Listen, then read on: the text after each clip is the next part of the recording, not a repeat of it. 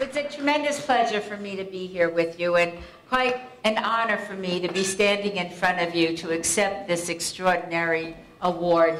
I appreciate so much the words of my very dear friends, Mike Manitas and Dina Titus. I've known Mike for as long as I've been in Congress. I met his dad first and became very, very close friends of the family. As a matter of fact, my husband and I had the great pleasure of being at Mike and Laura's wedding, and it was a big fat Greek wedding. It was really fabulous.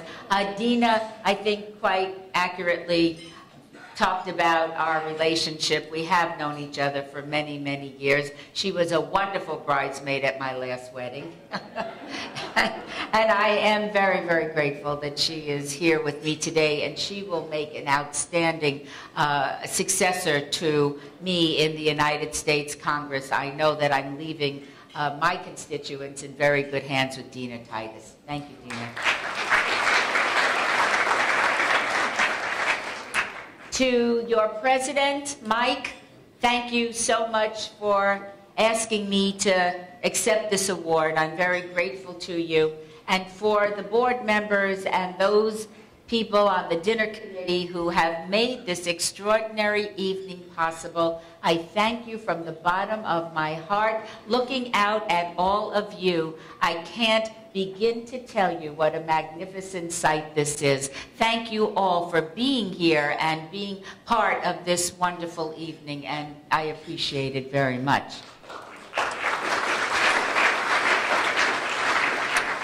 To my good friend, Congresswoman Loretta Sanchez, what a delight to have you here. Loretta is one of the most outspoken and hard-working members of the United States Congress. It's a privilege to call her my friend.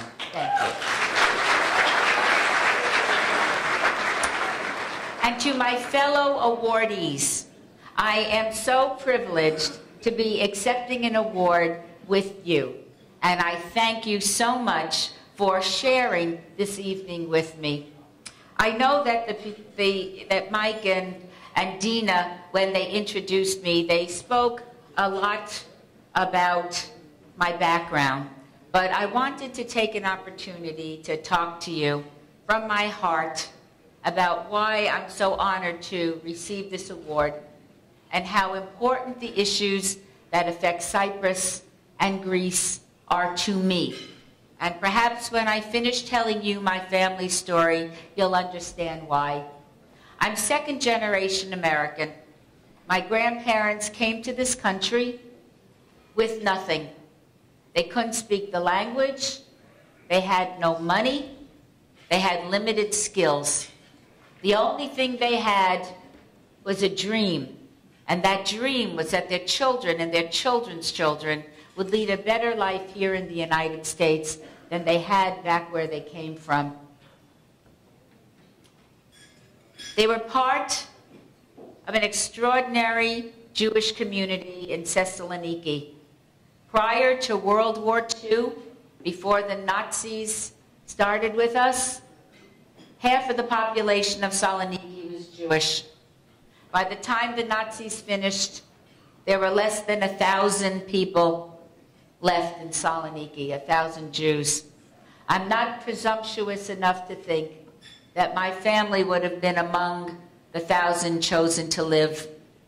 The only reason that there were 1,000 Jews left in Thessaloniki is because their Greek neighbors and friends had the courage and strength and decency and honor, traits well known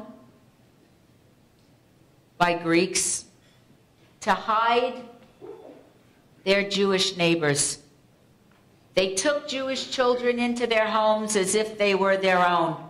They hid their parents under the floorboards in their homes, knowing if the Nazis discovered, it would be sure death for them and their families, and yet they did it. I grew up hearing stories about this when I was a kid.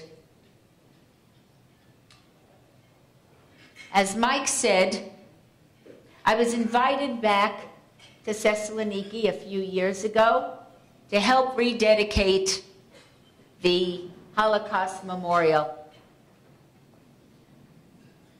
While I was there, I had the opportunity to find the very street that my grandmother was raised on.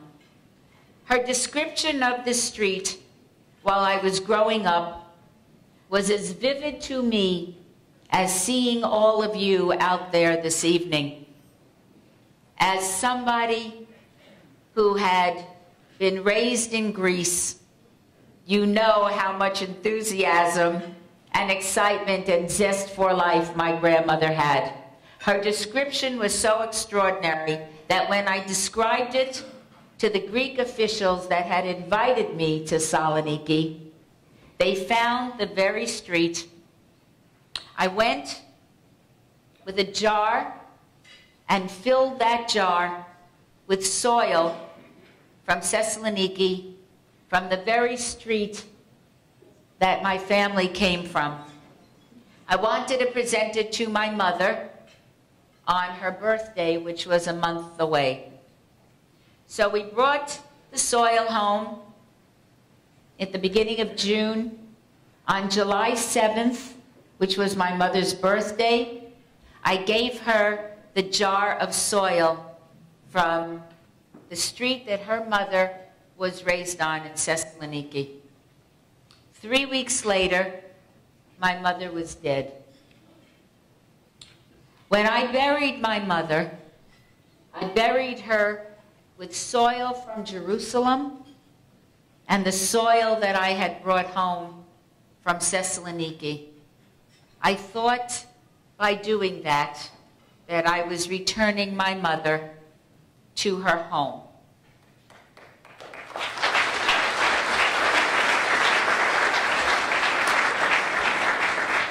I have not a drop of Greek blood in my veins, but I have my Greek in my heart where it belongs. So when I came to Congress and became very involved in the Hellenic Caucus and became very good friends with the Greek community, thanks to the Manitoses in Washington, D.C., I took up the cause, so many causes that we have. It is incomprehensible to me that after all these years, the Turks still occupy parts of Cyprus, and that the world community turns its back and closes its eyes on a travesty that should have ended decades ago.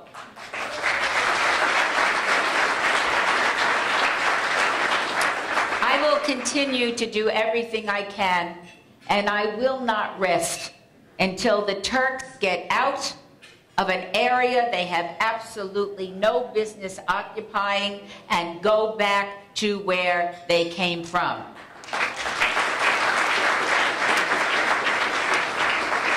Another issue that I have a great passion for is what the Turks are doing to the Greek Orthodox Church in Constantinople and throughout Turkey.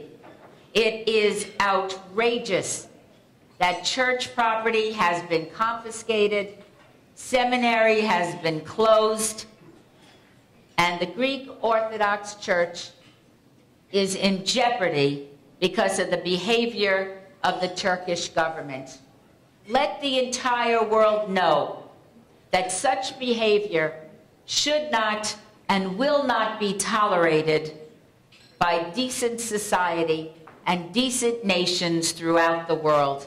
And until we speak with one voice and ensure religious freedom and justice for the Greek Orthodox Church in Turkey, everyone in this country and throughout the world, no matter what religion you are, is in jeopardy of that happening to you as well.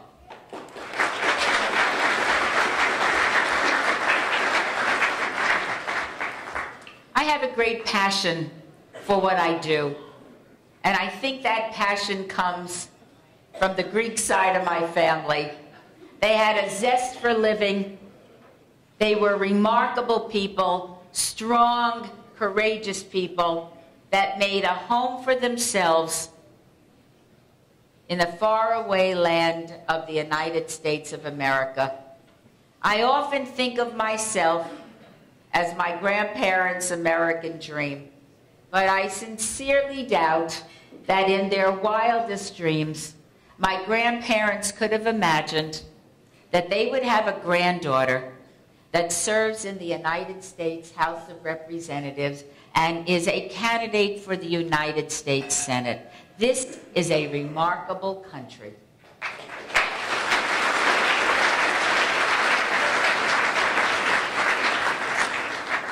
I accept this wonderful award. I cannot tell you how much it means to me. I appreciate your friendship and your love and your support, not only for me, not only for our wonderful country, the United States of America, or for what you do for our friends and our neighbors and our families in Greece, in Cyprus. We make a difference. The Greek community in the United States of America is extraordinary by any measure, and I am proud to be a part of it, and I thank you. I thank you from the bottom of my heart for making me feel as if I am one of you. Thank you very much.